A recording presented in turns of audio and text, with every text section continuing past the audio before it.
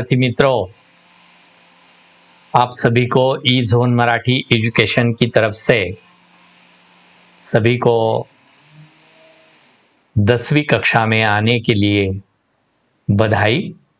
तो विद्यार्थी मित्रों, आज हम डे 5 में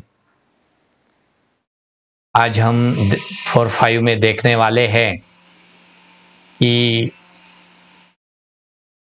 जब हम 9वीं कक्षा से 10वीं कक्षा में आते हैं तो हमें क्या करना चाहिए या कौन सी चीज़ें ध्यान में रखनी चाहिए। ये डे 5 में आज हम देखने वाले हैं कि किस क्षेत्र के बारे में हम जानने वाले हैं। तो सबसे पहले जानिए श्रवण, भाषण, लेखन और कथन, इस क्षेत्र की जानकारी के लिए हमें क्या करना चाहिए। तो विद्यार्थी मित्रों, आज हम देखने वाले हैं कि इसमें अपेक्षित कौशल जो है जो हमें ज्ञात होना चाहिए वह है स्वयं अभिव्यक्ति लेखन, यानी हमारा खुद का जो मन का किसी चीज के बारे में जो भी विचार व्यक्त होता है उसे हम स्वयं अभिव्यक्ति कहते हैं। विचारानुरूप परिच्छेद लेखन करना, विधा के अनुसार लेखन करना और स्वयं स्फूर्त लेखन करना।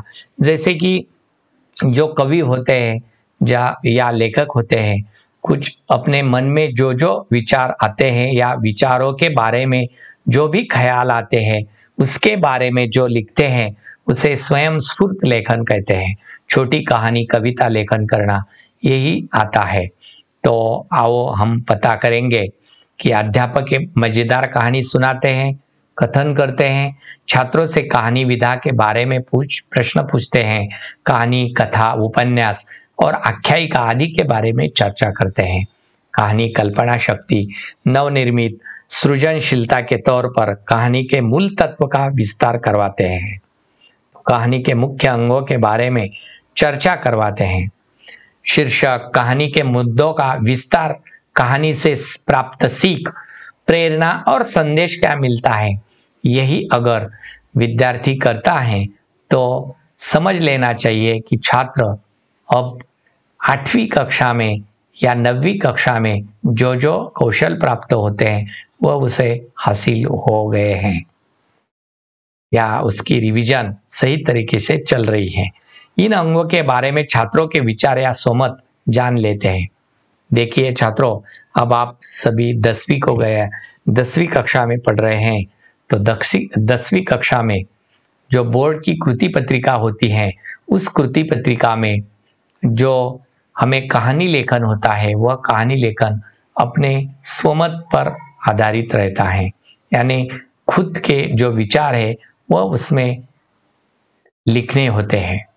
उसके कहानी के मुख्य अंगों के बारे में लिखते हैं। कहानी के लेखन के जो प्रकार है वह संबंध शब्दों के आधार पर होते हैं।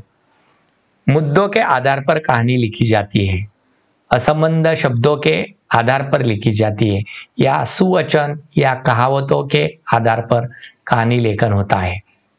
यानी कहानी किस लेखन पर होती है इसके बारे में हमने यह जाना है।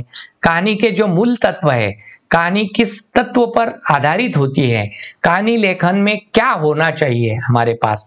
तो सबसे पहले हमें तय करना होता है कि कहानी में कितने पात्र हैं, कौन से पात्र हैं, किस पात्र का कौन सा रोल है, उसमें संवाद कैसा होना चाहिए, यानी पात्र, संवाद और प्रसंगानुसार भाषा होनी चाहिए। वातावरण कैसा होना चाहिए, या जंगल में है या गांव में है या कहाँ नदी पर है या किस वक्त है, रात पर है या दिन में है, वह वातावरण उस कहानी में होना चाहिए।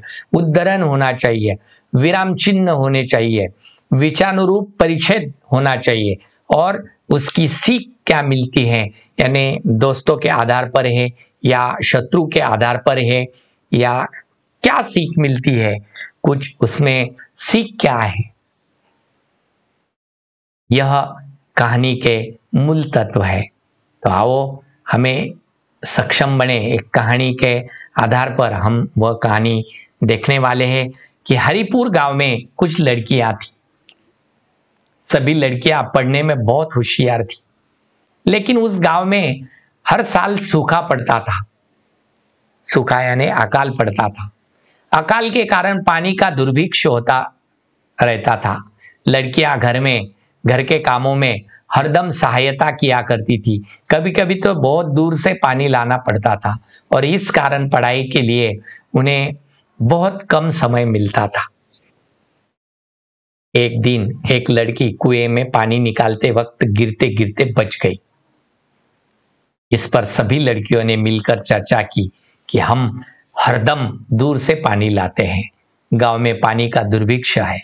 आज हमारी सहेली कुएं में गिरते गिरते बच गई। इस समस्या के लिए हमें कुछ उपाय योजना चाहिए। इसलिए वह गांव वालों के पास चली गई। उन्होंने सारी कहानी गांव वालों को और मुखिया को बताई और उन्होंने कहा कि हम सभी गांव वालों से थोड़ा थोड़ा चंदा जमा कर गांव में ही कुआं खोद देंगे, पानी की बचत करेंगे और अपने ही गांव में पानी की सुविधा उपलब्ध करेंगे। ऐसी यही कहानी है। इस कहानी के आधार पर देखिए, यह कहानी हमने पढ़ी है। इस कहानी का मुख्य विषय है लड़कियां और लड़कियों की जो समस्या है उस गांव की, वह है अकाल पड़ जाना और उससे उनको बहुत दूर से पानी लाना। यही उनकी समस्या है। अध्यापक यह कहानी छात्रों को पढ़ने के लिए देते हैं। इस आधार पर अध्यापक कहानी के विभिन्न अंगों पर चर्चा करते हैं कि विभिन्न अंग क्या है। लड़कियां एक गांव की सभी सहेलियां हैं, मिलजुल कर रहती है। उनकी सभी की समस्या क्या है कि दूर से पानी लाना। दूसरी समस्या कौन सी है? वो पढ़ाई भी करती है लेकिन उनको कम समय मिलता है पढ़ाई के लिए, यह दूसरी समस्या है। और तीसरी समस्या क्या थी? वह सभी मिलके गांव वालों के मुखिया के पास चली गई और गांव वालों ने कहा कि हम क्या करेंगे, थोड़ा सा चंदा करेंगे और चंदा जमा कर गांव में ही खोद देंगे, कुआं खोद देंगे और गांव में ही वह सुविधा उपलब्ध करेंगे। ऐसे ही अन्य कहानी कथन करने के लिए प्रेरित करते हैं। आपने जब भी आपको वक्त मिलेगा तो कहानियां जरूर पढ़िए, अलग अलग कहानियां। उससे अपने विचार में प्रेरित होकर आप कुछ सीख कैसी लिखनी है, कहानी लेखन कैसा करना है, यह आपकी समझ में आ जाएगा। तो विद्यार्थी मित्रों, किसी से कहानी कथन तो किसी से कहानी वाचन, यानी कोई कहानी लिखो, कोई कथन करो, कोई वाचन करो। यानी कहानी कैसी लिखनी है और कैसी पढ़नी है, यह आपके समझ में आ जाएगा। तो इसमें कृति क्या करनी है, अब हमें वही में जो सेतु स्वाध्याय पुस्तिका वही है, इसमें क्या लिखना है, यही लिखना है। आज हमें इस कृति में क्या लिखना है? पहली कृति है, अध्यापक छात्रों को शब्द देकर कहानी लेखन के लिए प्रेरित करते हैं। शब्दों के आधार पर कहानी लेखन करना। कौन से शब्द दिए हैं? मिट्टी, चांद, खरगोश और कागज। यह 4 शब्दों पर आपको क्या करना है? कहानी विस्तार करना है, कहानी लेखन करना है। दूसरा क्या है? सुवचन के आधार पर कहानी लेखन करना। यानी दूसरा जो प्रकार है, सुवचन के आधार पर कहानी लेखन करना। परहित सही सरिस धर्म नहीं भाई। परहित जैसा कोई धर्म नहीं है भाई। यानी दूसरों पर उपकार करना, दूसरों की मदद करना, इससे बड़ा कोई धर्म नहीं है। इस सुवचन पर आपको कहानी लेखन करना है। देखिए, दोनों में से एक का कहानी लेखन आप कृति में अपनी स्वाध्याय, जो सेतु स्वाध्याय वही है, उसमें आपको कहानी लेखन करना है। आज के लिए देखिए, क्या इससे आओ सृजन करें। इसमें जो सृजन करना है हमें, तो क्या करना है? एक यह कल्पना करनी है कि अलमारी, गिलहरी, चावल के पापड़ और छोटा बच्चा, इस पर एक कहानी लेखन लिखना है। शरद, अगर आपको वक्त मिलता है उस वक्त में आप एक साहित्य शरद जोशी लिखित जो है अतिथि तुम कब आओगे, हास्य व्यंग कहानी पढ़िए तथा सुनाइए। बहुत हास्य व्यंग पर आधारित ये कहानी है, अतिथि तुम कब आओगे। जंगल की कहानियां, यह कहानी संग्रह ई बुक खोजकर एक एक कहानी अपने दोस्तों को सुनाइए, यानी कहानी लेखन कीजिए और सुनिए। तो हमने यह ऑनलाइन लेक्चर 5 अभी पढ़ा है, डे 5 का, 10वीं कक्षा का डे 5 का यह कहानी लेखन आप सभी ने सुना। आप सभी को मेरी ओर से धन्यवाद।